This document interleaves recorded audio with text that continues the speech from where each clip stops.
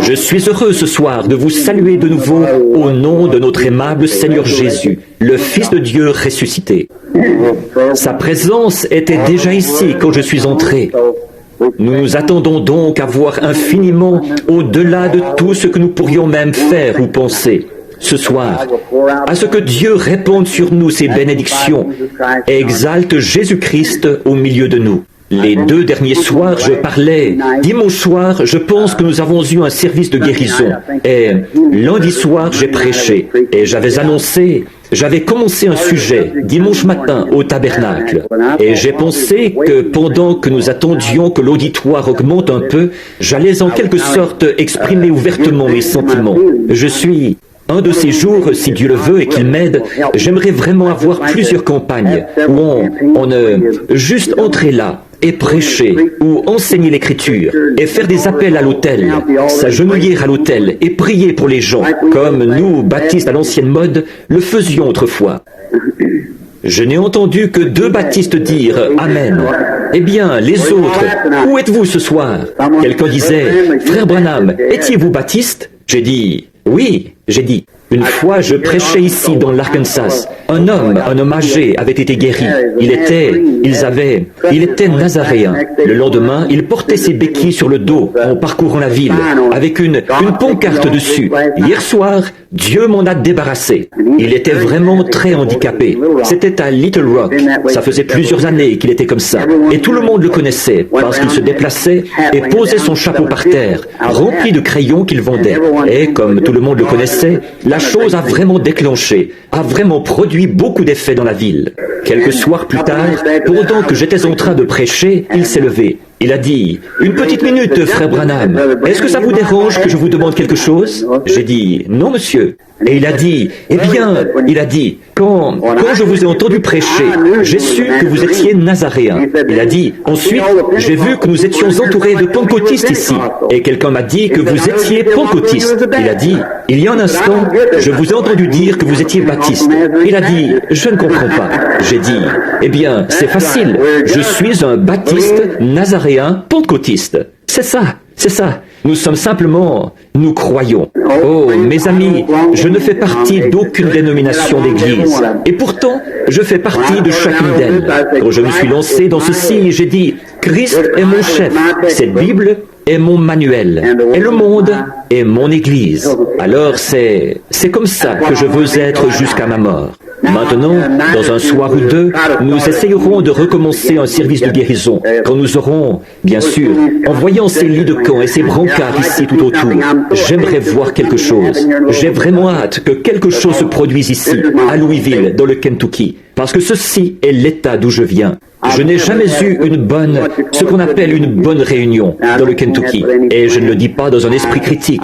J'en ai eu pas mal de mauvaises dans pas mal d'endroits. Mais je veux dire qu'ici même, chez moi, c'est vraiment difficile. Vraiment très difficile de briser ça. Je ne sais pas pourquoi.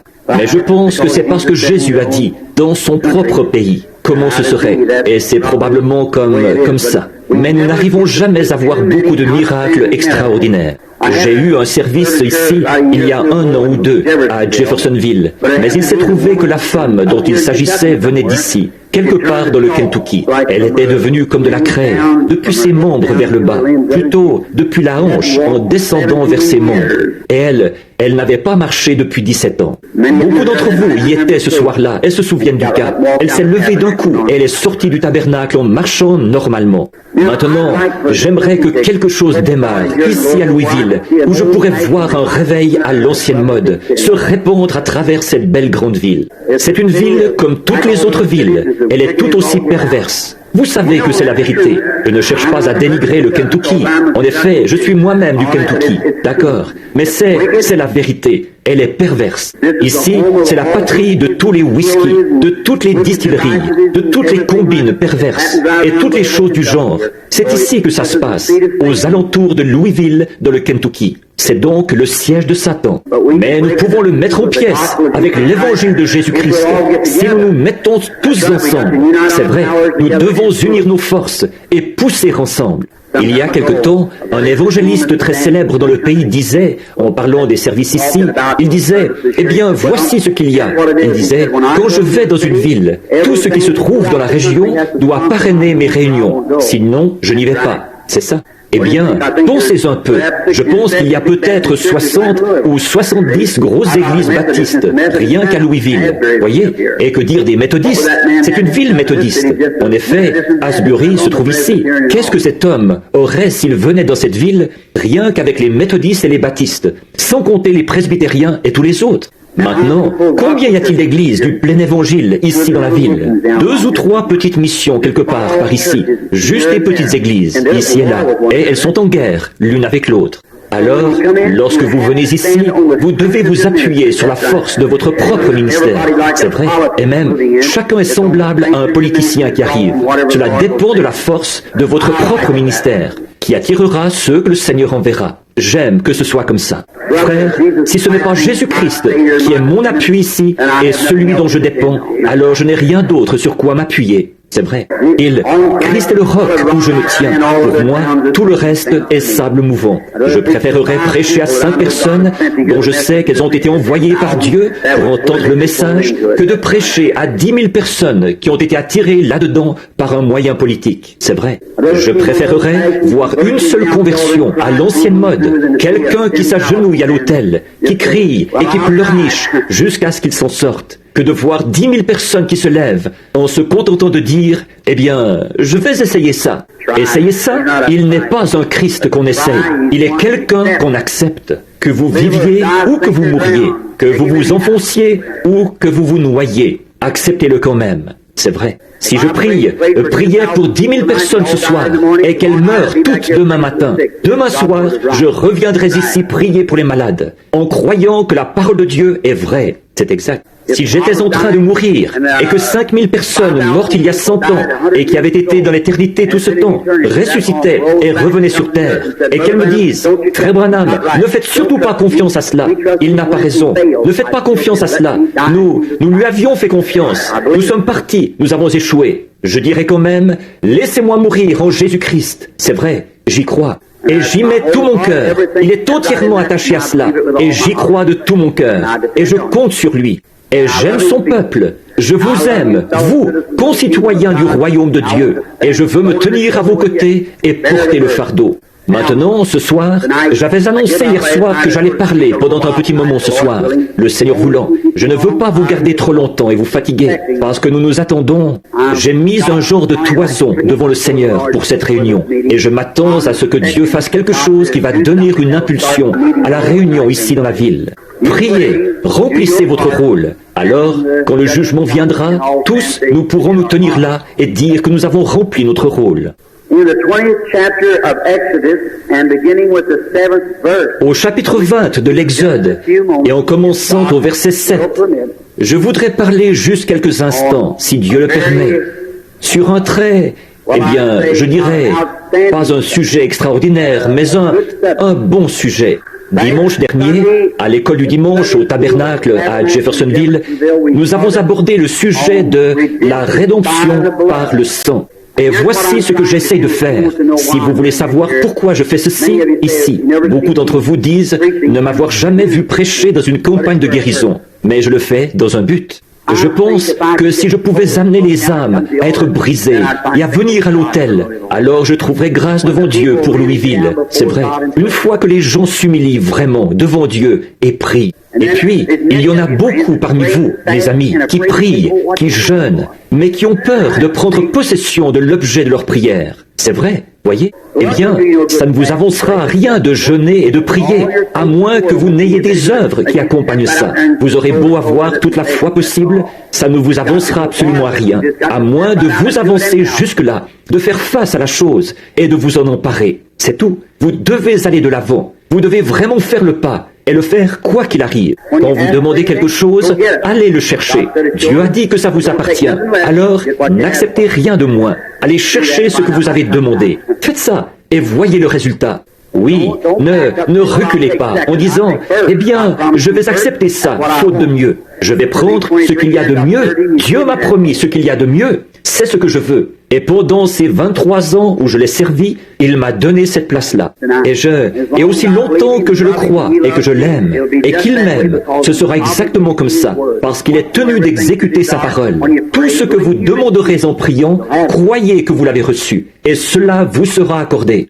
C'est ce qu'il a dit, pas vrai? C'est bien. D'accord. J'aime vous entendre dire « Amen ». Vous savez, sœur Ouvert, Amen, ça veut dire qu'il en soit ainsi, pour moi, vous savez. Et quand je me mets à parler et que je n'entends personne dire Amen, ça me rend perplexe. Il y a quelque temps, je prêchais dans une petite église et je n'ai pas beaucoup de bonnes manières à la chair, selon, je suppose, la théologie d'aujourd'hui. Et donc, je suis devenu, je suppose, un peu turbulent.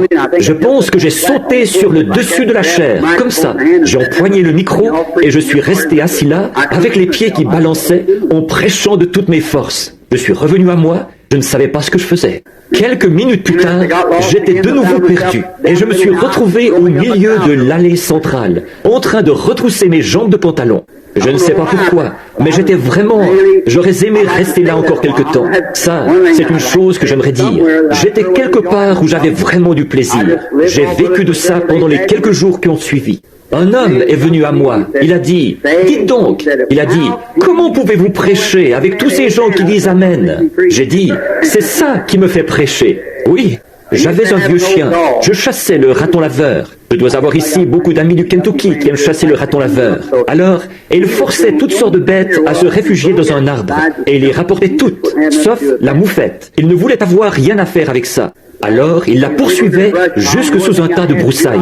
Et tout ce que j'avais à faire, je ne voulais pas aller la chercher là-dessous, ça c'est sûr. Alors, tout ce que je faisais, c'était de soulever les broussailles, de le caresser et de crier « Vas-y, attrape-la, attrape-la !» Et il allait chercher la moufette. Eh bien, la pire moufette que je connaisse, c'est le diable. Et si vous voulez caresser un petit peu, vous n'avez qu'à crier « Amen » une fois de temps en temps. Et nous le forcerons à se réfugier dans un arbre d'ici peu. Et nous l'attraperons. Vous savez, le vieux Buddy Robinson, beaucoup d'entre vous ont entendu parler de lui, n'est-ce pas? De l'église nazaréenne. Il disait, Seigneur, donne-moi une colonne vertébrale, semblable à une bille de bois. Donne-moi beaucoup de connaissances dans le pignon de mon âme, et que je combatte le diable aussi longtemps que j'aurai encore une dent. Et après, que je le morde avec les gencives jusqu'à ma mort. Je trouve que c'est bien ça, et c'est précisément ça qu'il a fait. C'est précisément ça qu'il a fait. Dans un âge avancé, il a près de 100 ans, et il prêche encore l'évangile. J'entends ces vieux vétérans qui prêchent comme ça. L'autre jour, j'ai allumé la radio et il y avait un vieux frère d'une 100aine d'années qui s'appelle Mardoché F. Ham. Il prêche encore l'évangile. J'ai dit, oh Dieu, bénis-le et qu'il ait des étoiles dans sa couronne quand il arrivera là-bas. Frère Ham, je le connais à peine. Un de ces jours, je voudrais bien le rencontrer avant qu'il aille dans le pays de l'autre côté. Alors, il pourra serrer la main de beaucoup de gens là-bas. Je sais que quand il arrivera là-bas, il y aura beaucoup de gens dont il pourra serrer la main. Oh, parce qu'il a été un vieux vétéran.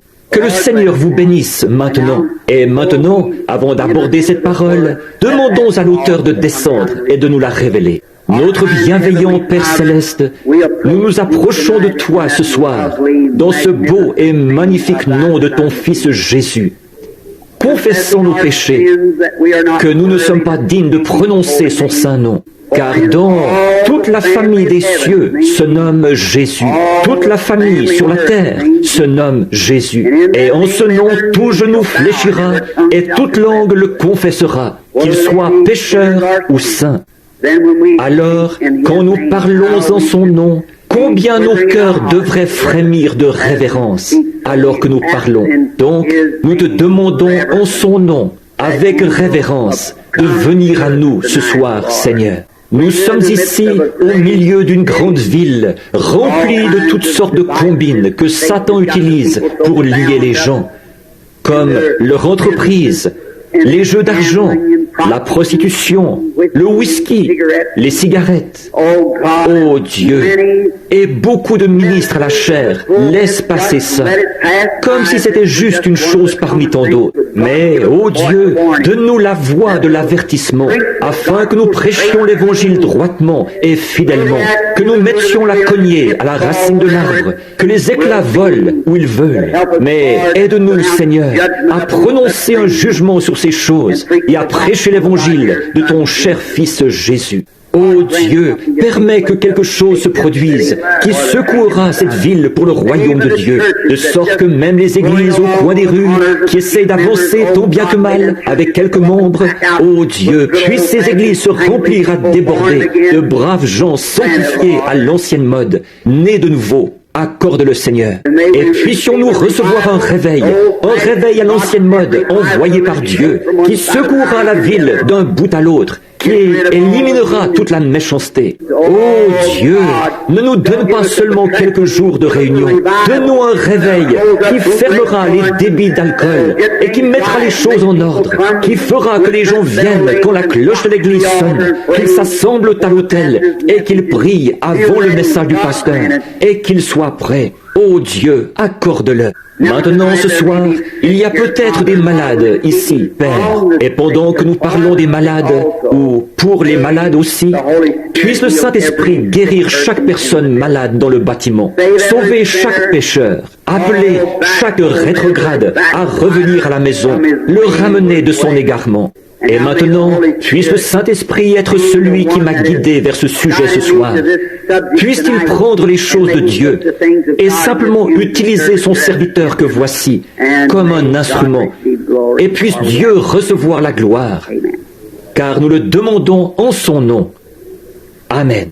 Au verset 7 du chapitre 20 des Nombres, nous lisons ceci. L'Éternel parla à Moïse et dit, « Prends la verge et convoque l'assemblée, toi et ton frère Aaron. Vous parlerez en leur présence au rocher, et il donnera ses eaux. » Je voudrais vous faire remarquer ça. Ces eaux.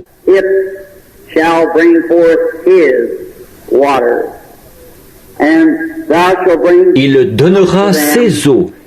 Tu feras sortir pour eux de l'eau du rocher, et tu abreuveras l'assemblée et leur bétail. Moïse prit la verge qui était devant l'Éternel, comme l'Éternel le lui avait ordonné. Moïse et Aaron convoquèrent l'assemblée en face du rocher. Et Moïse leur dit, « Écoutez, rebelles, est-ce du rocher que nous vous ferons sortir de l'eau ?» Puis Moïse leva la main et frappa 2 fois le rocher avec sa verge. Il en sortit des eaux en abondance. L'assemblée but et le bétail aussi. Que le Seigneur prenne maintenant ces quelques paroles alors que nous reprenons notre sujet d'hier soir pour en venir à ceci, Dieu voulant. Et maintenant, je veux que tous les malades qui sont ici ce soir, or Billy n'a pas distribué de carte de prière aujourd'hui, parce que je lui ai dit de ne pas le faire. J'ai dit, va là-bas, Billy, et dis-le à Frère Coble, et je vais simplement, j'essaye quelque chose pour la gloire de Dieu. Je demande vraiment à Dieu de nous aider, de nous donner des âmes qui entreront dans le royaume, et des croyants qui s'affermiront dans la foi, et s'avanceront, même sans rien d'autre. Ils s'avanceront jusque-là et diront, ô Dieu, je te crois sur parole. C'est ça, voilà la manière initiale. La première manière est la meilleure manière. C'est vrai, prenez Dieu au mot. Et si vous ne pouvez pas faire ça, alors, bien sûr, Dieu envoie d'autres choses, comme des dons et des signes, pour confirmer sa parole, pour la confirmer à chaque croyant. Donc, dimanche, nous avons vu la rédemption par le sang. Nous prenons maintenant Israël pendant son voyage, alors qu'il sortait de l'Égypte, un type du monde, et qu'il faisait route vers la Palestine, le pays promis. Je trouve que c'est de toute beauté. J'aime vraiment ça. Pratiquement chaque semaine, je m'assieds pour lire ce livre de l'Exode d'un bout à l'autre, si je le peux, ou autant que possible. Je l'aime, parce que c'est un type parfait de l'Église d'aujourd'hui. Son état est la manière dont Dieu agit, la manière dont il a agi en ce temps-là, ce qu'il a fait dans le domaine naturel en ce temps-là, c'est ce qu'il fait dans le domaine spirituel maintenant. Vous le voyez? Or, là-bas, il a conduit l'Israël naturel dans un lieu qu'ils ont vu. Regardez, il les a fait sortir d'un certain pays pour les faire entrer dans un autre pays naturel. Maintenant, nous sommes déplacés par le Saint-Esprit pour rentrer maintenant dans le pays promis. Vous croyez que nous sommes en route vers un pays promis? Il y a plusieurs demeures dans la maison de mon Père. Si cela n'était pas, je vous l'aurais dit, j'irai vous préparer une place. Pas vrai? Alors, nous avons un pays promis vers lequel nous nous dirigeons. Et chaque jour représente une borne kilométrique. Un autre jour, une autre borne. Et il y a une grosse ombre noire là devant nous, appelée la mort. Et chaque fois que notre cœur bat, nous faisons un pas de plus dans cette direction. Un de ces jours, il va battre pour la dernière fois. Et nous y entrerons. Je veux être là à mon heure, accomplir ma destinée, comme c'est le cas, je l'espère, pour chacun de vous ce soir. Quand je saurai qu'elle se trouve juste devant moi et que je dois l'affronter, je ne veux pas être un lâche. Je veux m'envelopper dans le manteau de sa justice et m'y engager. En sachant ceci, je suis sûr que je le connais dans la puissance de sa résurrection. C'est vrai, afin que, quand il appellera à se relever d'entre les morts, je sois appelé avec ceux qui sont vivants. Dieu est Dieu des vivants. Or, pendant leur voyage dans ce pays, nous avons vu que Dieu avait établi un plan pour eux. Il a apporté la rédemption par le sang. Puis nous avons vu qu'il apporte la rédemption aussi par la puissance. Nous avons vu avant-hier soir qu'il avait fait appliquer le sang, ce qui était un très beau type du croyant, qui, après avoir accepté la mort de Christ à sa place, devient alors un enfant de Dieu. Il entreprend son voyage. Maintenant, ce qu'il lui faut ensuite, après avoir été sauvé spirituellement. Or, la mort de l'agneau innocent a porté la vie aux croyants coupables. N'est-ce pas un type parfait de maintenant? La mort de l'innocent qui apporte la vie aux coupables.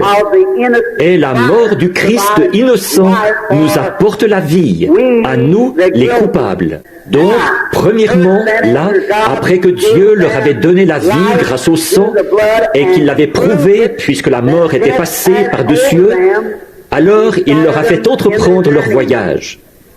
Nous allons les rejoindre tout à l'heure. Maintenant, remarquez, alors, la chose suivante que Dieu a fait, aussitôt qu'ils sont devenus des croyants et des enfants, et qu'ils ont accepté Dieu, l'ennemi de la mort physique s'est lancé à leur poursuite. Et il les a coincés complètement. Le désert d'un côté, la mer Rouge de l'autre, les montagnes d'un autre côté, l'armée de Pharaon qui arrivait, qui les poursuivait, des millions de soldats qui marchaient sur eux pour les vaincre. Or Dieu avait déjà manifesté qu'il leur avait donné la vie grâce à la mort de l'agneau. Maintenant, il va leur montrer la rédemption physique.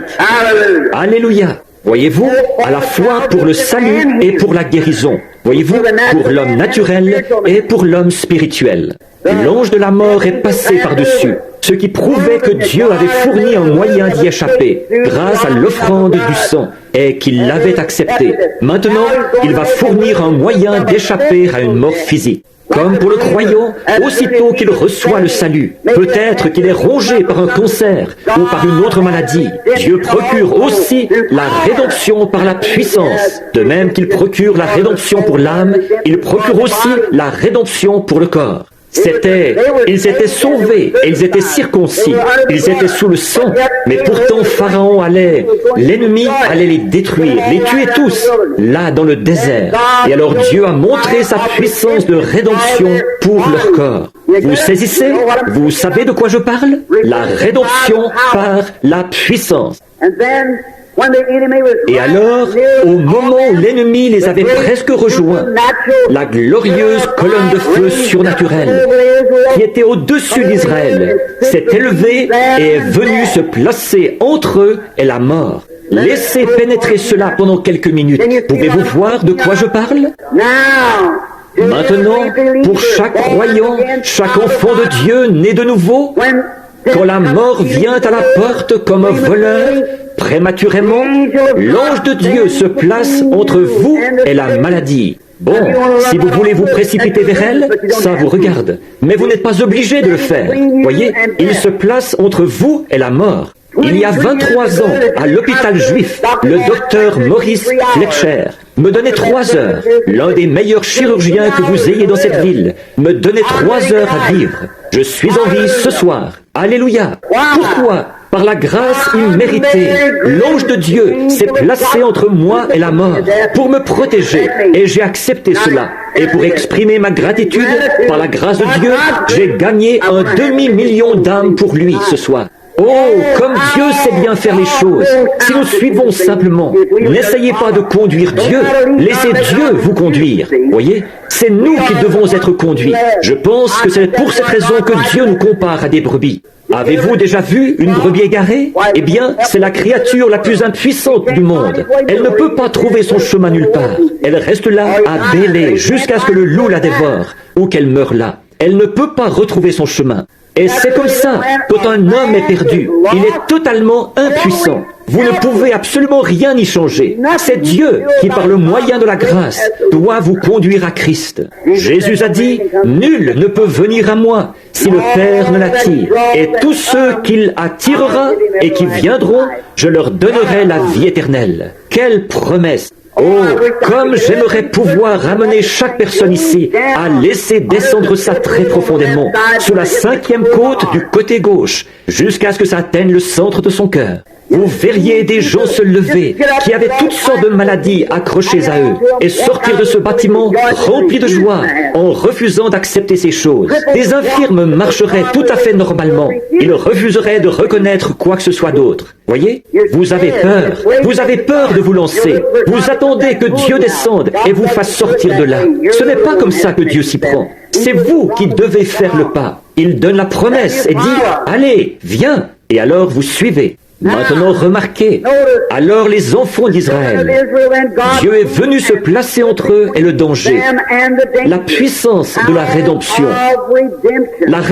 par la puissance plutôt, la rédemption par le sang, la rédemption par la puissance. Hier soir, nous les avons laissés en train de se hisser sur le rivage, de l'autre côté de la mer Rouge. Tous les ennemis, les roues de leurs chars avaient été ôtées, leurs chevaux avaient pris peur en plein milieu du fleuve, et ils allaient dans toutes les directions comme ceci, et les roues s'étaient embourbées et s'étaient détachées, et une bande d'hommes courait comme des fous, les ennemis, et Israël a grimpé sur le rivage pour voir Dieu étendre sa main et détruire tous les ennemis. Un très beau type du croyant sous le sang, guéri alors par l'intermédiaire, par la puissance de Dieu qui épargne sa vie, qui la prolonge pour un temps.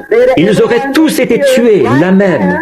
Il les aurait massacrés là, en plein désert, si Dieu ne s'était pas interposé. Je serais mort depuis longtemps si Dieu ne s'était pas interposé entre moi et la mort.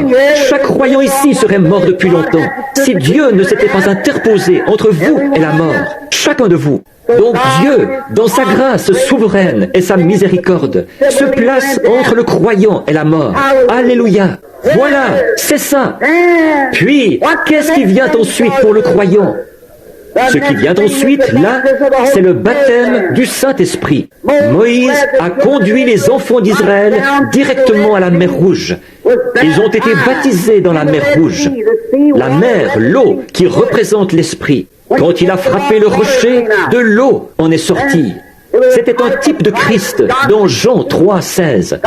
Dieu a tant aimé le monde qu'il a donné son Fils unique, afin que quiconque croit en lui ne périsse pas, mais qu'il ait la vie éternelle. Remarquez, un peuple en train de périr dans le désert fut sauvé par un rocher frappé. Et un peuple en train de périr est sauvé aujourd'hui, en train de périr dans le péché, en train de périr dans l'iniquité, parce que le Fils de Dieu qui a été frappé a pris leur place. L'eau, l'Esprit qui jaillit. Regardez bien, je veux que vous le voyez là. Leur traversée de la mer Rouge, c'était un type de quand on reçoit le Saint-Esprit. Après que le croyant a été racheté, qu'il est passé de la mort à la vie, la puissance de Dieu a guéri son corps. Maintenant, il est candidat au baptême du Saint-Esprit. Maintenant, il a un voyage là-bas devant lui. Mais avant d'entreprendre ce voyage, il doit avoir quelque chose pour le conduire. Amen. Un type parfait de la Pentecôte. Remarquez, alors qu'ils se sont hissés sur le rivage, chaque croyant, quand vous entrez et que vous êtes sauvé, que vous acceptez le sang de Jésus, vous cherchez encore à vous cramponner à ceci et à vous cramponner à cela, et vous ne pouvez pas abandonner ceci, et vous ne pouvez pas abandonner cela. Au bout d'un moment, Dieu va peut-être faire de bonnes choses pour vous. Cependant, vous ne pouvez pas abandonner vos cigarettes et vous devez prendre un petit verre avec les copains de temps en temps. Mais ce qu'il vous faut faire, c'est de traverser la mer Rouge. Quand ils sont ressortis de l'autre côté, voilà, c'est ça. Je veux que vous le voyiez. Alors qu'ils ressortaient de l'autre côté, qu'ils se hissaient sur le rivage, en regardant derrière eux, ils ont vu tous ces vieux chefs de corvée qui les avaient battus et qui avaient tué certains d'entre eux. C'est comme le cancer, la cigarette, le tabac, le whisky et tout le reste, qui rendent les jeunes fous, qui les envoient à l'asile, dans les hôpitaux, et qui produisent dans ce monde une bande névrosée et tout le reste. Quand ils ont regardé derrière eux, et qu'ils ont vu toutes ces choses qui se débattaient désespérément, et qui mouraient dans la mer, frère, vous parlez d'une réunion. Ils en ont eu toute une. Moïse. Oh, je vais laisser ceci pénétrer profondément. J'espère que ça va descendre tout au fond. Moïse, le plus grand prophète qui ait jamais vécu, à part Jésus-Christ. Il n'y a jamais eu un homme à qui Dieu ait parlé comme il l'a fait à Moïse, à part Christ. Il a dit, lorsqu'il y aura parmi vous quelqu'un qui est spirituel ou prophète, je lui ferai voir des visions et je me ferai connaître à lui. Mais il n'en est pas ainsi de mon serviteur Moïse. À lui, je parle de bouche à oreille. C'est vrai. Moïse, cet homme plein de dignité, dès qu'il a vécu cette expérience, qu'il a vu tous ces chefs de corvée morts, alors il a su que toutes ces choses avaient disparu à jamais. Toutes ces choses qui les avaient contraints, battus et fouettés, c'était terminé. Il a levé les mains et il a chanté dans l'esprit. Oh là là, ça n'a jamais été typifié et ça ne le sera pas tant que nous n'arriverons pas là-haut dans la gloire. Quand tout fut achevé, là, il chanta dans l'esprit. Et quand nos corps auront été rachetés, c'était un type du Saint-Esprit qui est venu à la Pentecôte quand nous avons traversé la mer. C'était un type de la Pentecôte. Et Moïse, dans le type à ce moment-là, quand il a eu traversé ça, il a chanté dans l'esprit. Celui-ci est venu le jour de la Pentecôte. Et quand le corps sera parfaitement racheté, maintenant, notre âme est parfaitement rachetée. C'est vrai, elle ne peut périr. Elle a la vie éternelle. C'est ce que dit la Bible. Oh, je me sens bien. Remarquez pourquoi? Parce que je sais que c'est ainsi dit le Seigneur. J'ancre simplement mon âme là. Je continue à marcher et je dis, Satan, siffle contre moi tant que tu voudras. Ça ne me dérange pas, parce que je sais en qui j'ai cru. Et je suis persuadé qu'il a la puissance de garder mon dépôt jusqu'à ce jour-là. Amen. Ce qu'il nous faut ce soir, c'est un bon vieux réveil d'Alléluia à la Billy Sunday qui nous brise. C'est ça qu'il nous faut ici, autour de Louisville. C'est vrai, il nous faut un bon vieux réveil pentecôtiste à l'ancienne mode, envoyé par Dieu. Oui, monsieur. Remarquez, alors, quand nos corps seront rachetés, or, nous avons la guérison divine maintenant, qui en est une ombre, de même que là, c'était une ombre de la Pentecôte. Regardez ce qu'ils ont fait au temps de l'ombre du salut. Regardez comment ils ont marché là devant Dieu. Ils éteignirent là le tranchant du feu, échappèrent au tranchant de l'épée. Toutes ces choses qu'ils ont faites. Sortir des fournaises ardentes, remontèrent de la fosse au lion et tout le reste.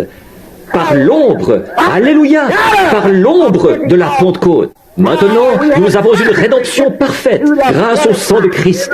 Il ne pouvait pas avoir une rédemption parfaite en ce temps-là, parce que c'était sous le sang des taureaux et des boucs, ceux qui n'ôtent pas le péché. Ça ne faisait que couvrir le péché. Mais une fois que le sang de Jésus, le sang le plus saint et le plus juste, a été versé, les péchés n'ont plus été couverts. Ils ont été divorcés et supprimés, et le croyant entre dans la présence de son Créateur. Alléluia. S'ils ont fait ça, à ce moment-là, l'ombre, là, avec Moïse qui chantait dans l'esprit, alors dans l'Apocalypse, voilà que ceux qui ont la rédemption parfaite de leur corps étaient debout sur la mer de verre et ils chantaient de nouveau le cantique de Moïse, là, dans le livre de l'Apocalypse. Vous parlez d'une réunion du Saint-Esprit. C'est ce qu'ils ont eu quand ils sont remontés sur le rivage. Écoutez, sœur, la petite Myriam, pleine de dignité, la prophétesse, la sœur de Moïse, une prophétesse, ça l'a tellement stimulée qu'elle a attrapé un tambourin et s'est mise à courir sur le rivage, en battant du tambourin et en dansant dans l'esprit.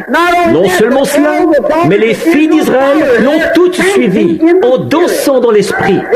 Si ça, ce n'est pas une effusion du Saint-Esprit, je n'en ai jamais vu une. Alors, bien sûr, si toutes ces nations ritualistes et pleines de dignité avaient pu regarder dans leurs jumelles et voir ça, elles auraient dit, fanatisme, c'est vrai, mais c'était Dieu, c'est vrai. Les choses pleines de dignité regardent de haut aujourd'hui ce que Dieu a béni. C'est vrai, ça me rappelle une histoire. Un homme avait une grande et belle ferme. Il avait construit de grandes et belles granges, tout ce qu'il y a de plus imposant et du plus grand chic, mais il était trop paresseux pour cultiver. Bon, il y avait un autre fermier qui habitait près de lui. Sa grange ne valait pas grand-chose, mais lui était un vrai fermier. Et il avait rempli sa grange de bonne nourriture cette année-là. Et 2 petits veaux sont nés, l'un dans l'une des granges, l'autre dans l'autre. Quand le printemps est arrivé, ils ont fait sortir les petits veaux de l'étable. Le petit veau qui venait d'ici, il avait été vraiment bien nourri.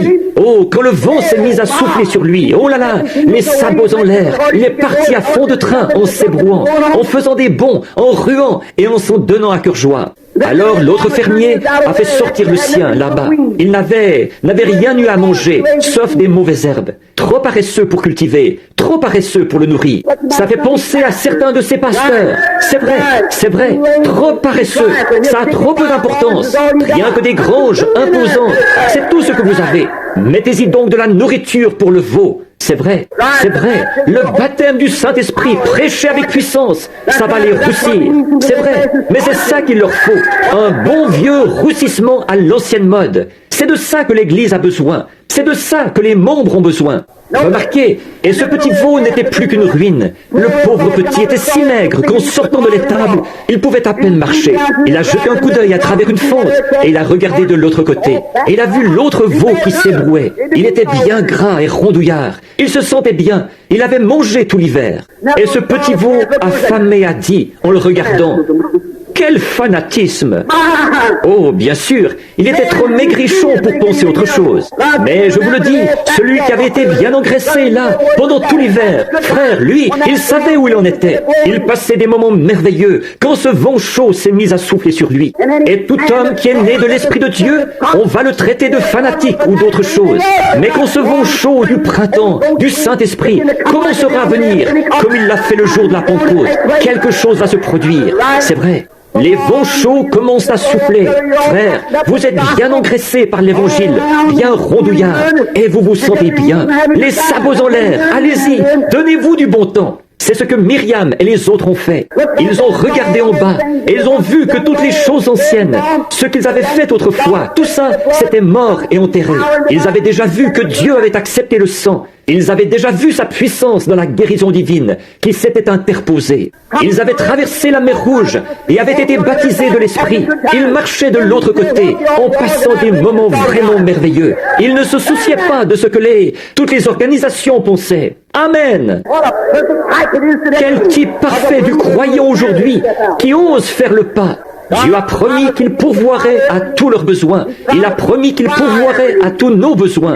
Il ne leur a jamais dit « Je prévoirai un moyen de guérison, je prévoirai un moyen de ceci, je prévoirai un moyen de cela. » Il a dit « Je serai avec vous. » Alléluia. C'est ce qu'il nous a dit. Je serai avec vous et même en vous jusqu'à la fin du monde. C'est tout ce que j'ai à dire. Vous n'avez pas à argumenter sur ceci, cela ou autre chose. S'il est ici, ça me satisfait. La guérison divine est ici. La puissance est ici. Tout ce qu'il était là, il l'est maintenant. Jésus-Christ le même hier, aujourd'hui et éternellement. Donc, vous pouvez prendre votre théologie et vous noyer avec.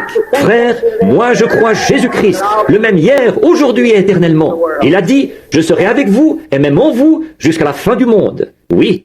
Et là, ils sont sortis et il était avec eux. Alors il a dit, oh, ils avaient un petit panier de pain sur la tête. Tout avait été mangé, terminé. Ils n'en avaient plus. Ils se sont couchés avec un petit creux ce soir-là. Mais le lendemain matin, quand ils se sont levés, il y avait du pain partout sur le sol. C'est ça la manière de Dieu de faire les choses. Il vous laisse arriver à la toute dernière minute. Et là, il vous montre ce qu'il peut faire à ce sujet. C'est vrai, il aime faire ça. Il aime surprendre son peuple. Vous, les hommes, vous aimez agir comme ça avec votre femme. Vous attendez jusqu'à son anniversaire en la laissant dans le doute, parce que vous l'aimez. C'est pour cette raison que Dieu nous laisse parfois arriver à la dernière extrémité. C'est parce qu'il nous aime et qu'il veut nous prouver de façon surnaturelle sa puissance. C'est parce qu'il nous aime. C'est pour cette raison-là qu'il le fait. Oui, il nous laisse simplement en arriver là, où nous sommes sur le point de faire le dernier pas. Et c'est là qu'il entre en scène. Il a laissé les enfants hébreux entrer tout droit dans la fournaise ardente. Mais il y avait un quatrième homme qui se tenait là avec un éventail pour que ça ne les atteigne pas. Voyez, il est toujours là. Il ne s'en va jamais. Il est toujours proche. L'ange de l'Éternel campe autour de ceux qui le craignent. Là-bas, ce soir-là, ils ont ramassé ce pain le lendemain matin. Je peux voir ces Israélites qui venaient de traverser la mer Rouge. Ils venaient d'être rachetés par le sang.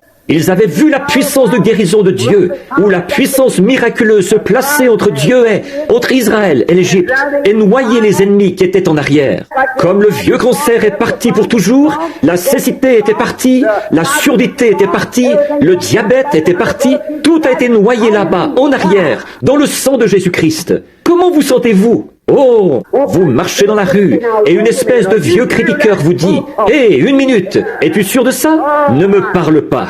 Amen, oh là là, je peux les voir là-bas en train de ramasser et de manger et de passer des moments glorieux, tout comme une réunion du Saint-Esprit à l'ancienne mode. Voilà l'Esprit de Dieu qui descend sur l'un des saints. Il va lever le bras, recevoir la chose dans son cœur, comme ça, et crier très fort « Gloire au Seigneur !» Juste une réunion à l'ancienne mode comme ça. Oui, monsieur, ils en recueillaient de part et d'autre. Ils passaient des moments merveilleux. Or, ce pain n'a jamais cessé. Ça s'est poursuivi tout au long du voyage, pour eux. C'est vrai. Et c'était un type parfait de la Pentecôte en nous. Ça, c'était dans le domaine naturel. Ce pain n'a jamais cessé. Il est resté le même pain jusqu'à ce qu'ils entrent dans le pays promis. Pas vrai? Vous, les lecteurs de la Bible, vous le savez. Et alors, quand l'Église a été inaugurée le jour de la Pentecôte, quand les croyants étaient là-haut, il vint un bruit comme celui d'un vent impétueux, et il remplit la maison où ils étaient assis.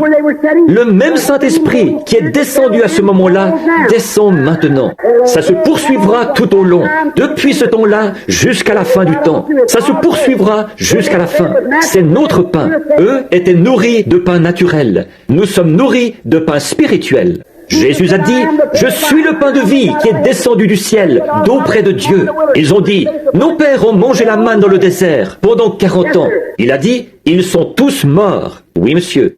Mais celui qui mange ma chair et qui boit mon sang a la vie éternelle, et je le ressusciterai dans les derniers jours. Je suis le pain de vie qui est descendu du ciel, d'auprès de Dieu. Si un homme mange de ce pain, il ne mourra jamais.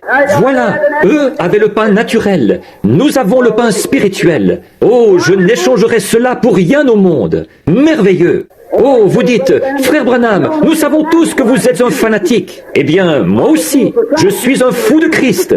Vous, de qui êtes-vous le fou? Vous êtes peut-être le fou du diable. Très bien. Alors, je préfère être un fou de Christ. Pas vous? Très bien. Remarquez, voici un autre point à propos de cette manne. Quand ils ont commencé à y goûter, ils ont dit, ça a un goût de miel. Oui, c'était sucré.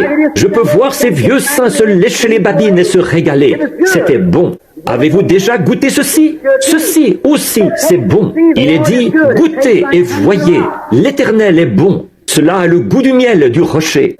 J'ai souvent fait cette remarque, bien des fois. David, autrefois, là, quand il en avait parlé dans son psaume, il avait dit, « Cela a le goût du miel du rocher. » David, étant un berger, il avait un petit sac.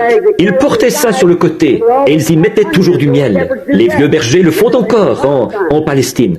Et quand sa brebis malade s'emballait, Alors tout de suite, il plongeait la main là-dedans et il en retirait un petit morceau de miel. Il prend ça et le frotte sur le rocher, sur un rocher de calcaire. Comme la brebis aime le miel, alors elle se met à lécher ce miel sur le rocher. Et il y a quelque chose dans le calcaire qui guérit la brebis malade.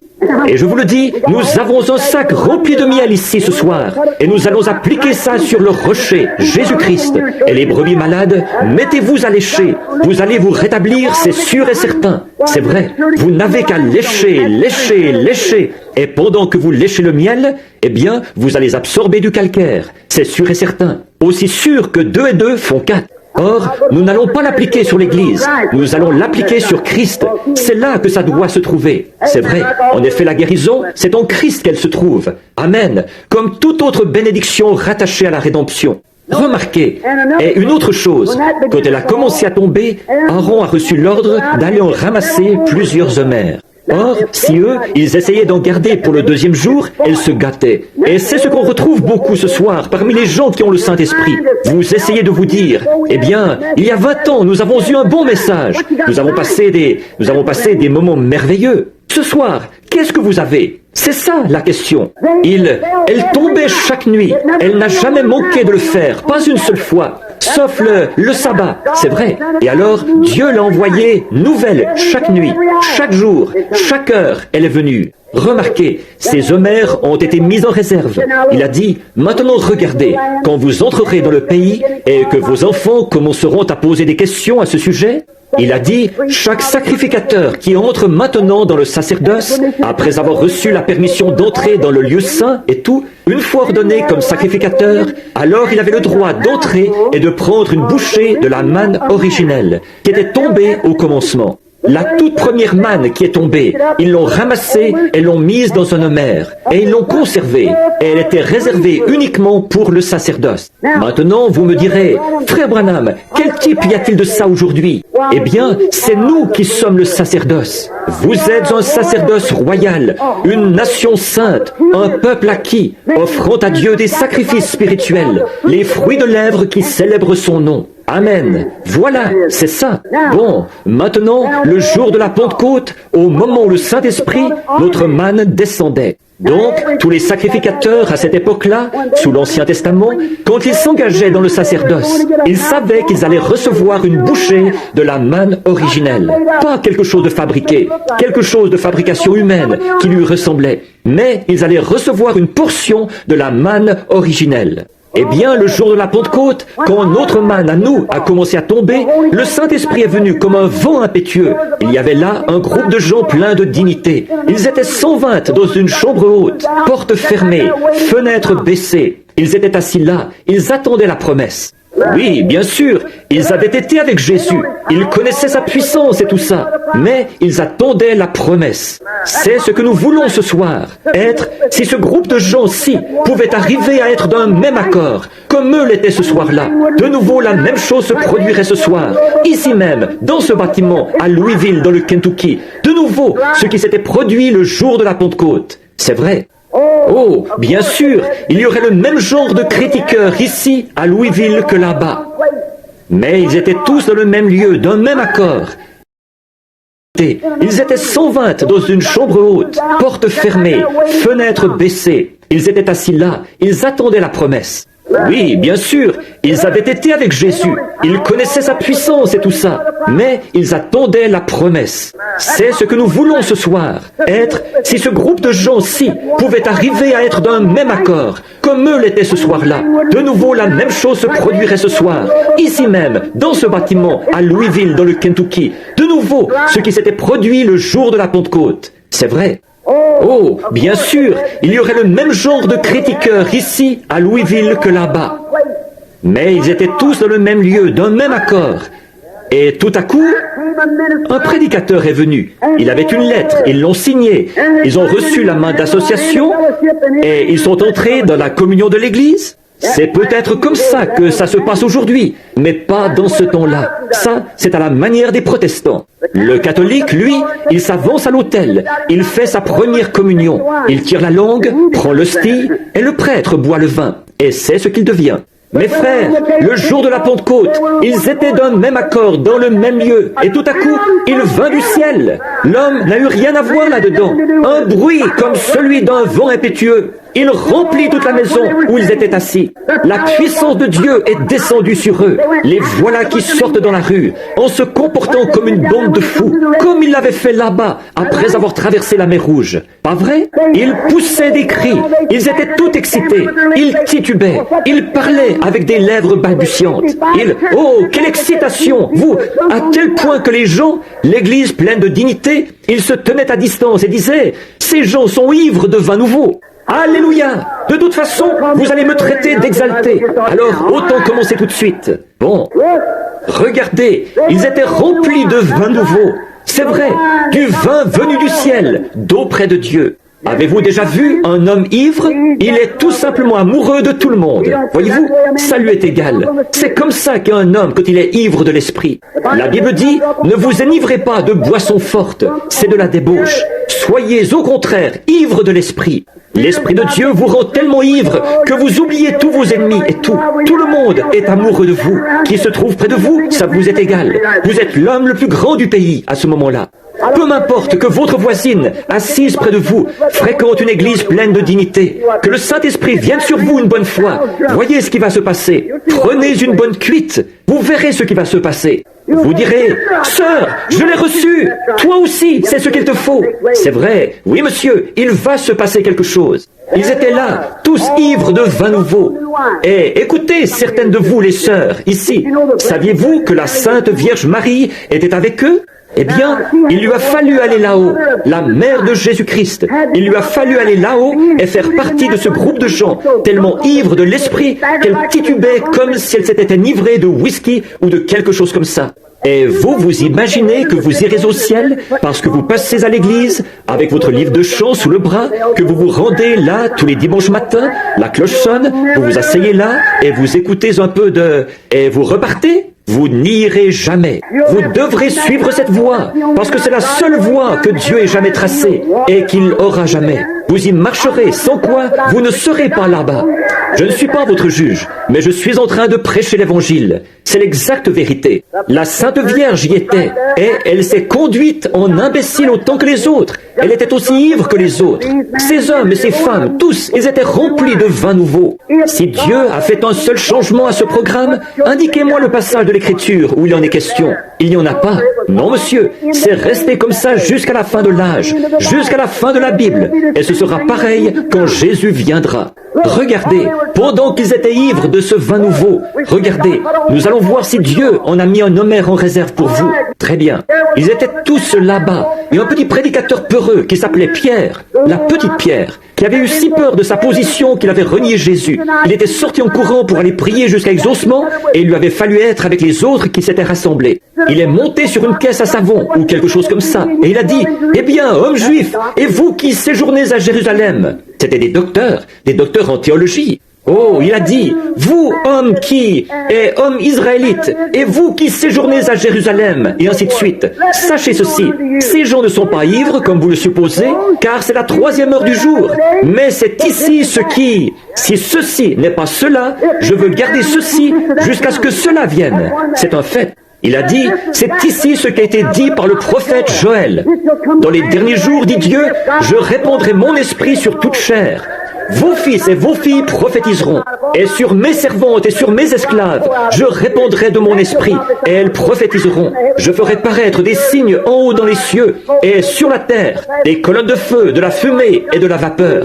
Et avant l'arrivée du jour du Seigneur, de ce jour grand et redoutable, quiconque invoquera le nom du Seigneur sera sauvé. Cette bande de prétendus prêtres, ces hypocrites en soutane, ils ont dit, que pouvons-nous faire pour être sauvés? Pierre a dit, repentez-vous, chacun de vous, et soyez baptisés au nom de Jésus-Christ pour la rémission de vos péchés, et vous recevrez le don du Saint-Esprit.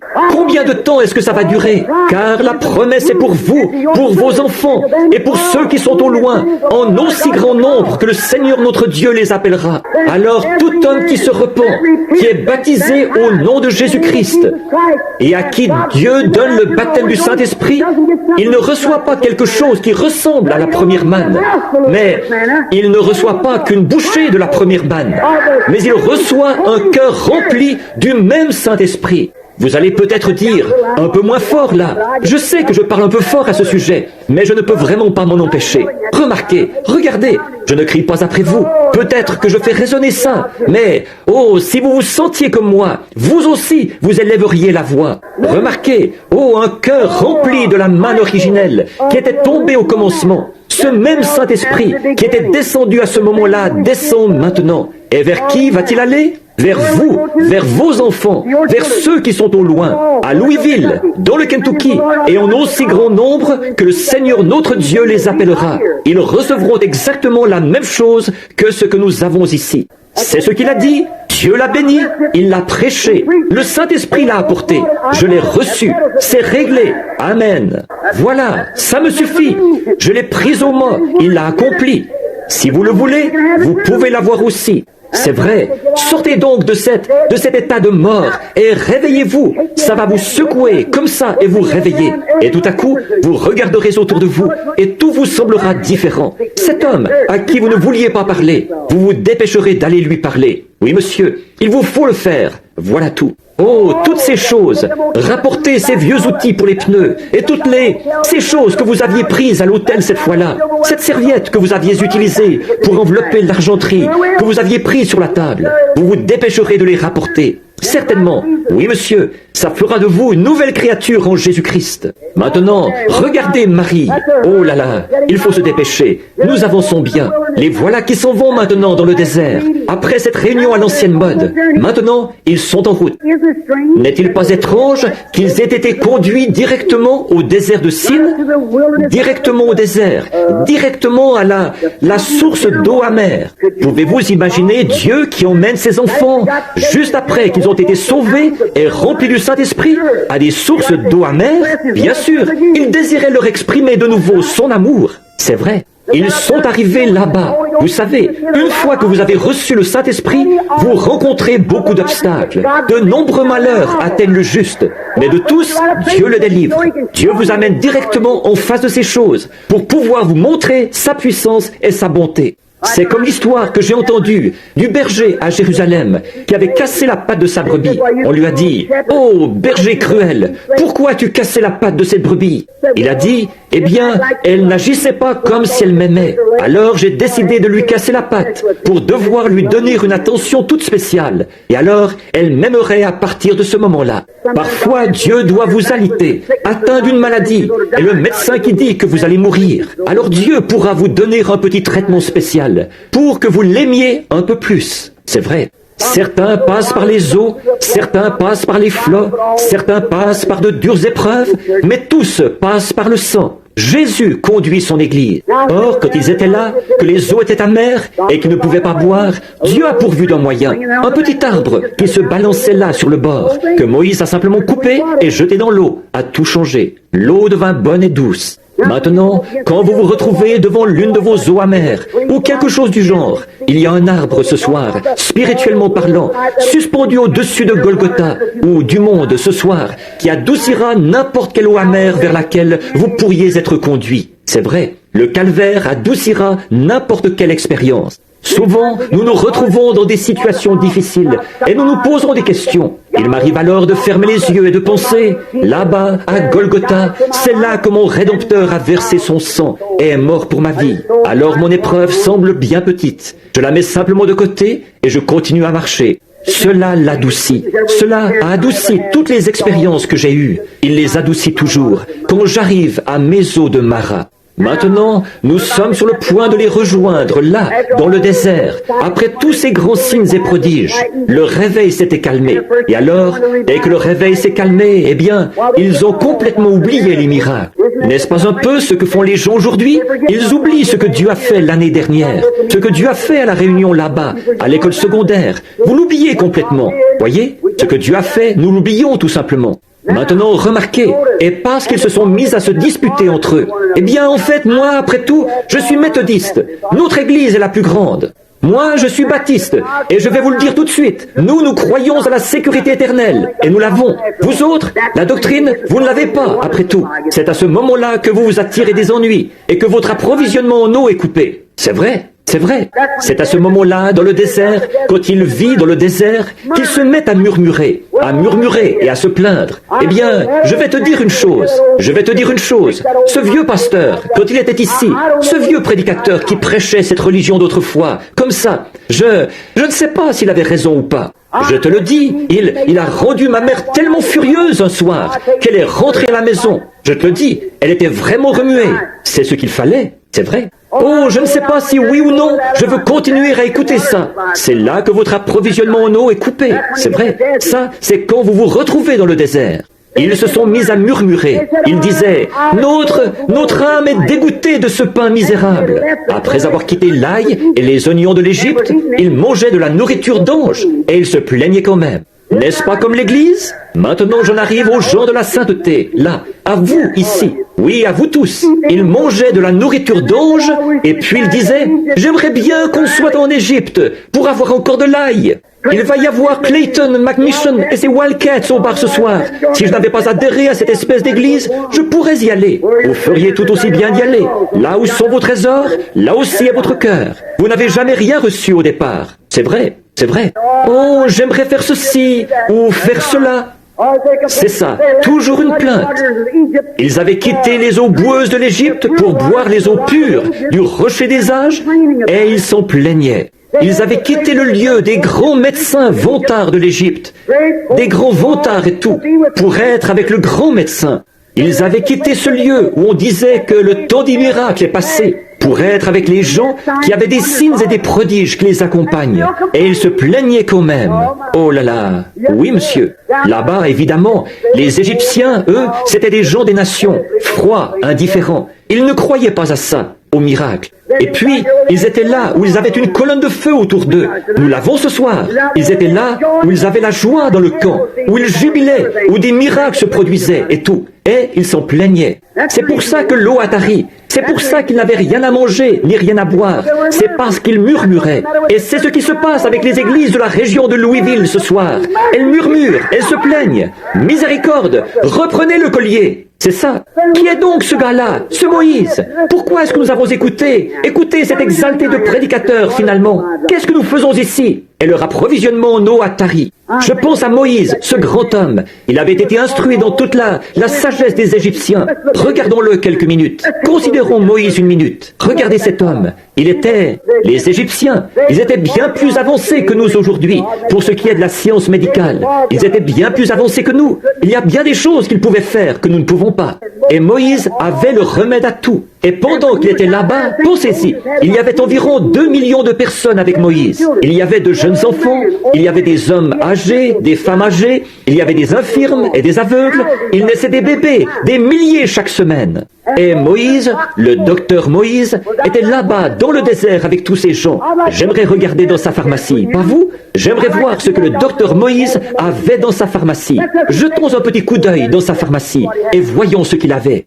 Moïse, eh bien, qu'est-ce que tu avais là-dedans, Moïse? Eh bien, nous voyons que tout au long de ce voyage de 40 ans, il est né plus de 2 millions de bébés. C'est vrai.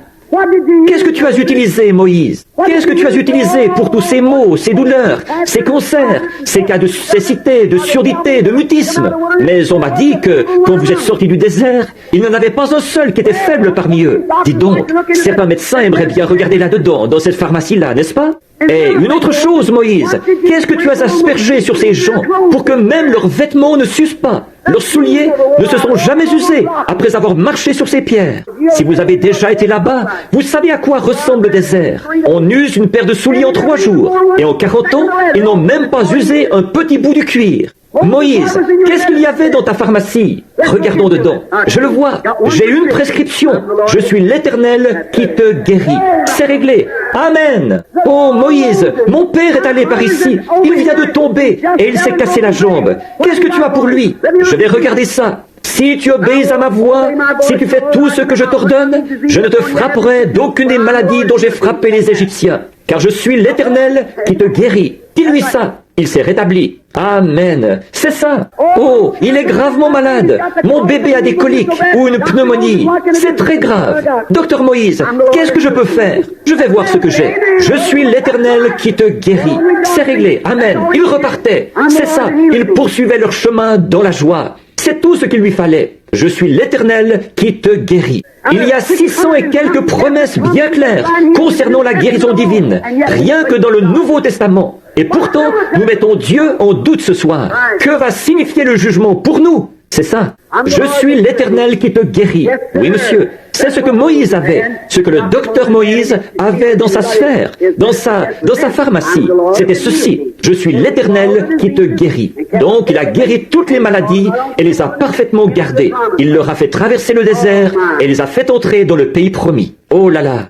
Ils avaient quitté tous les grands médecins vantards de là-bas pour être avec le grand médecin. Ils avaient quitté cette bande de gens qui étaient froids, formalistes et indifférents, qui disaient que les miracles n'existent pas. Et ici, une colonne de feu se tenait au-dessus d'eux. Des gens étaient guéris, tout ce dont ils avaient besoin, tout leur était fourni directement. Et pourtant, ils se plaignaient quand ils ont manqué d'eau. Mais alors, dans la grâce souveraine de Dieu, malgré tout ça, comme vous ici, à Louisville ce soir, au milieu de tous ces cris, les jours des miracles sont passés. L'association des médecins essaie de stopper la guérison divine partout dans le pays. Vous ne la stopperez jamais.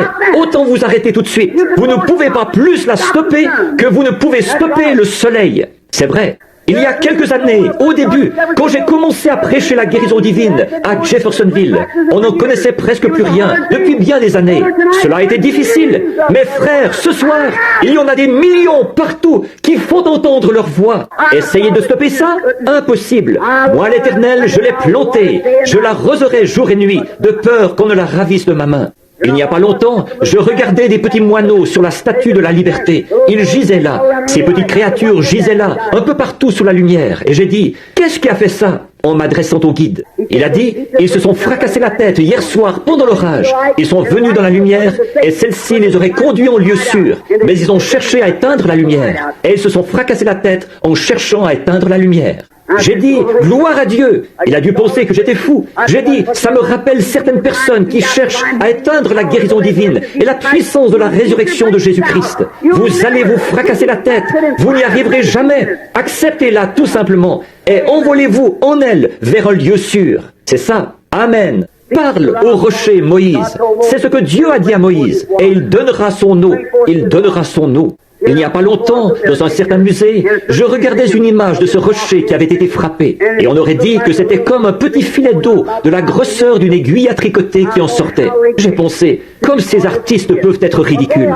Voyons, frère, moi-même, je pourrais arriver à faire tarir ça si j'avais vraiment soif. Oui, monsieur. Savez-vous qui Moïse a fait boire à ce rocher? Il a fait boire plus de 2 millions de personnes, sans compter tous les animaux.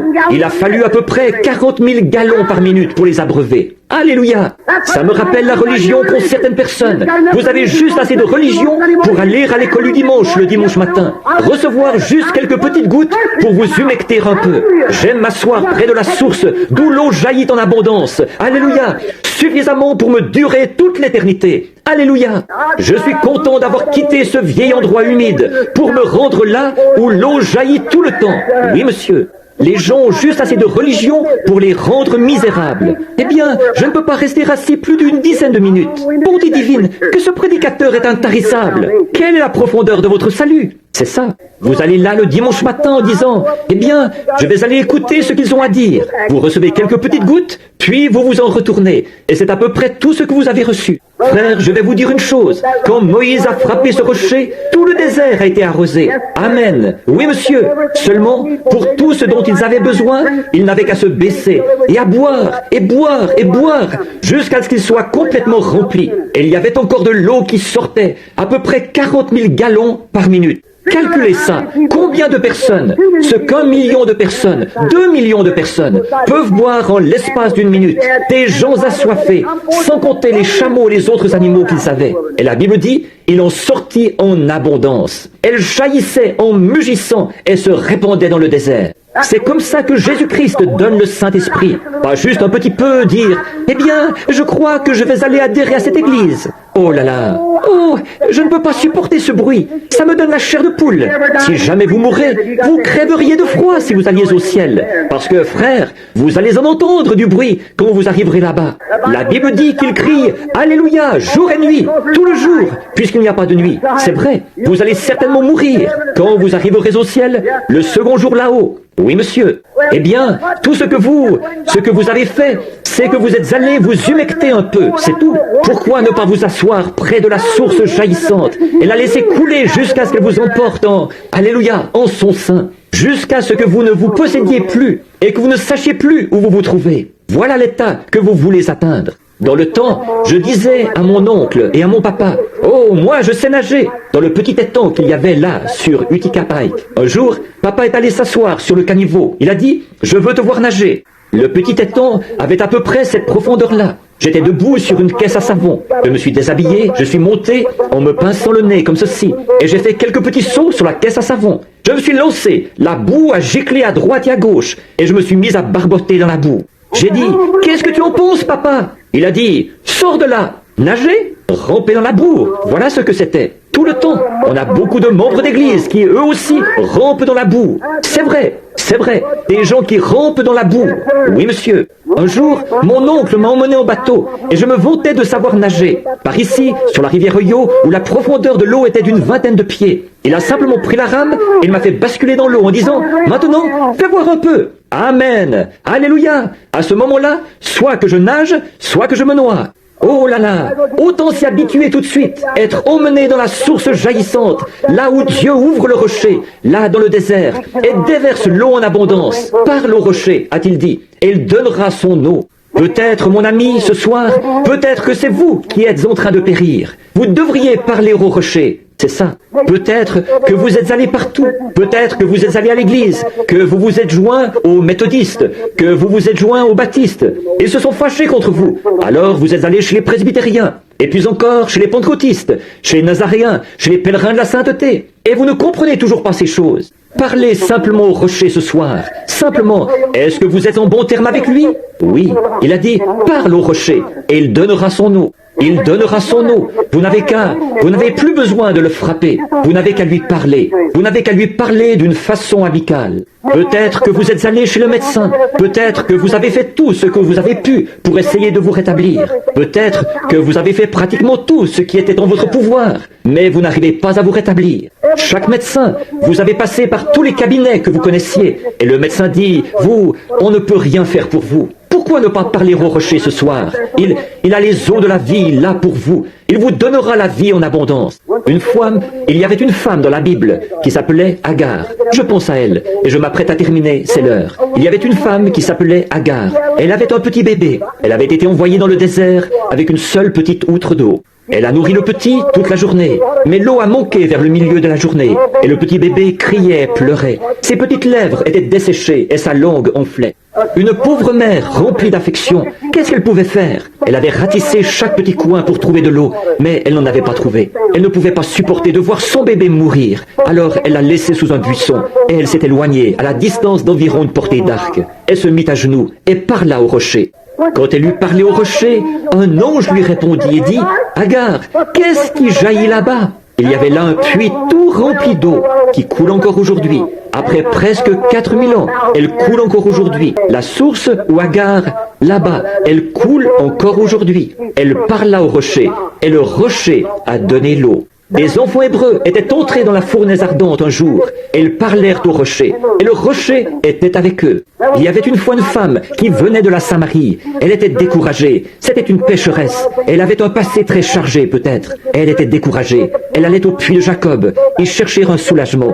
Et elle s'en retournait. Elle allait au puits de Jacob, elle s'en retournait. Un jour, elle a posé la cruche, et elle se tenait là, découragée. Et le rocher était là, debout à côté d'elle. Elle parla à ce rocher. Il lui a donné une grande source jaillissante dans son âme. Elle a couru à la ville. Elle n'est plus jamais revenue puiser. Elle avait la vie. Elle a dit, « Venez voir un homme qui m'a dit tout ce que j'ai fait. Ne serait-ce pas le Christ ?» Elle parla au rocher, et le rocher a donné son eau. Il y avait une petite femme qui avait gaspillé tout son argent chez les médecins, des charlatans qui lui avaient pris tout son argent. Il ne pouvait pas arrêter sa perte de sang. Elle avait probablement hypothéqué sa ferme et peut-être qu'elle l'avait vendue. Et un jour, qu'elle était assise en train de tricoter, elle a entendu quelque chose qui descendait la rue. Elle parla au rocher. Le rocher s'est retourné et a dit « Qui m'a touché ?» C'était terminé. Quand il lui parlait au rocher, il lui a donné une source de vie jaillissante qui a arrêté la perte de sang. Le sang a été étanché rapidement. Un jour, près de la muraille, il y avait un vieux mendiant aveugle qui grelottait de froid. Il n'avait plus rien. Et il était là, il était misérable. Et les gens passaient à côté de lui. Il a entendu quelque chose qui venait. Il a dit « Qu'est-ce que c'est ?» Et il parla au rocher. Bien que les membres de son église autour de lui aient essayé de l'arrêter en lui disant « C'est peine perdue, tu ne peux pas recevoir ça, reste à l'écart, tais-toi » Mais il a crié encore plus fort « Fils de David, aie pitié de moi, aie pitié de moi » Il parla au rocher, et le rocher lui a donné une source jaillissante, et ses yeux se sont ouverts. Ce même rocher qui était dans le désert est ici aujourd'hui. Il fait que les gens se réjouissent. Un jour, tout Jérusalem était sorti pour voir un guérisseur divin, un exalté qui entrait dans la ville, avec quelques personnes qui étaient là, qui criaient de toute leur force « Hosanna! Hosanna à celui qui vient au nom du Seigneur !» Ces prétendus membres de l'Église, ils étaient là en soutane, forts de leur doctorat en théologie. Ils disaient « Qu'ils se taisent donc! Oh, ils me donnent des frissons dans le dos et tout! Faites-les taire !» Il a dit, s'ils se taisent, les pierres crieront. Pourquoi ça? La pierre même, qui s'était détachée de la montagne sans le secours d'aucune main, arrivait, roulait dans Jérusalem. Les petites pierres y buvaient. Parle au rocher, et il donnera son eau. Si vous avez besoin du salut ce soir, parlez au rocher, il donnera son eau. Si vous êtes rétrograde ce soir, parlez au rocher, il donnera son eau. Si vous êtes ici ce soir et que vous êtes sans Christ, vous avez essayé de trouver le salut dans toutes les églises de la ville, parlez au rocher, il donnera son eau. Vous le croyez? Si vous êtes rétrograde, que vous vous êtes éloigné de Dieu et que vous pensez qu'il n'y a plus aucun espoir pour vous, parlez simplement au rocher et il donnera son eau. Le croyez-vous de tout votre cœur? Croyez-vous que Dieu l'accordera? De tout votre cœur, vous le croyez? Alléluia! Il est ici ce soir. Si vous êtes malade et que vous avez tout essayé, vous avez essayé d'aller dans la ligne de prière et vous n'arrivez pas à aller dans la ligne de prière. Vous avez eu des cartes de prière et vous n'avez pas été pris. Vous êtes allé à une réunion, vous êtes allé à une autre réunion, vous avez été éloigné par le pasteur, vous avez passé dans la ligne de prière ici, vous êtes allé partout ailleurs et vous ne pouvez pas être guéri. Pourquoi ne pas parler au rocher maintenant? Il donnera son eau, c'est vrai.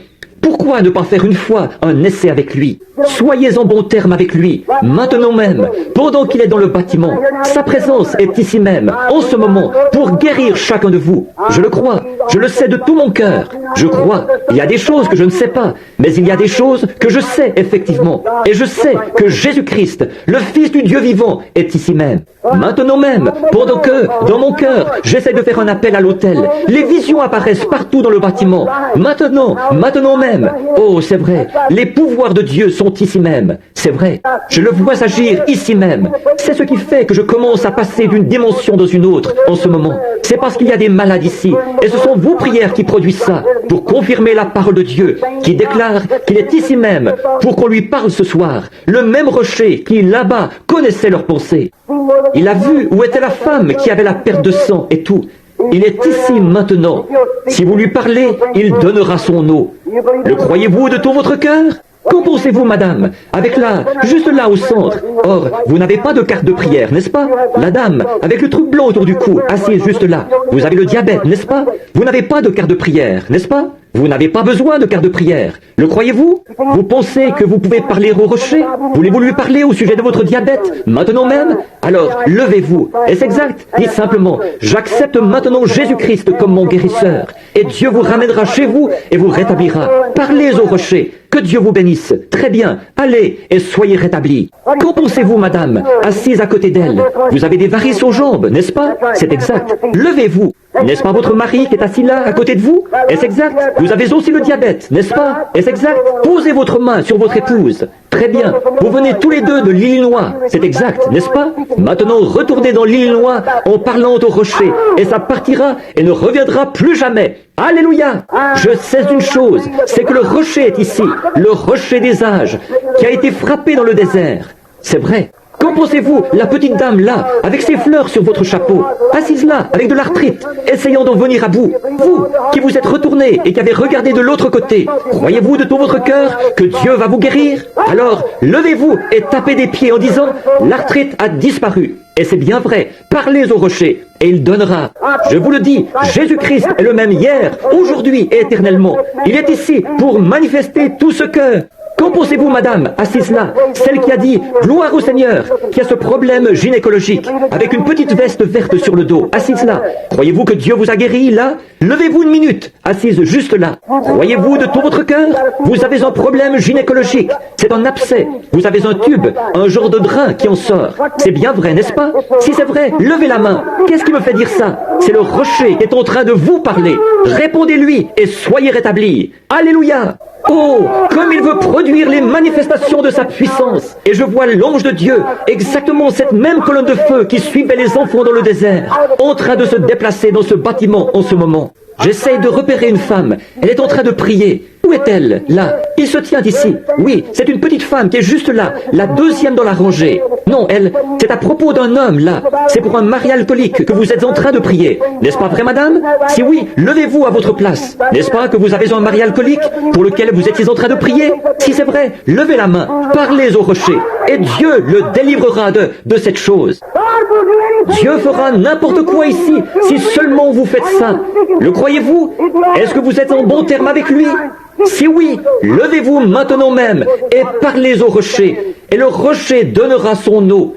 Voulez-vous vous lever? Qui veut le recevoir pour son salut? Levez la main, dites, je veux qu'il vienne dans mon cœur. Que Dieu vous bénisse, que Dieu vous bénisse, que Dieu vous bénisse, que Dieu vous bénisse. Et vous, et vous, et vous. Oh là là, oui monsieur, ce cancer vient de partir mon frère. Il a disparu. Vous pouvez rentrer chez vous et être en bonne santé maintenant. Alléluia, c'est vrai. Tous ceux qui veulent être guéris, levez la main, dites, Seigneur, je suis en train de te parler. Je suis en train de te parler. C'est ça, le voilà qui s'en va. Monsieur, votre problème de sinus vient de partir. Vous êtes libre. Rentrez chez vous. Au nom de Jésus-Christ, vous êtes guéris. N'importe qui ici qui veut le trouver maintenant, levez les mains et dites « Merci Seigneur de m'avoir guéri. Je te parle au nom de Jésus-Christ afin que tu me guérisses.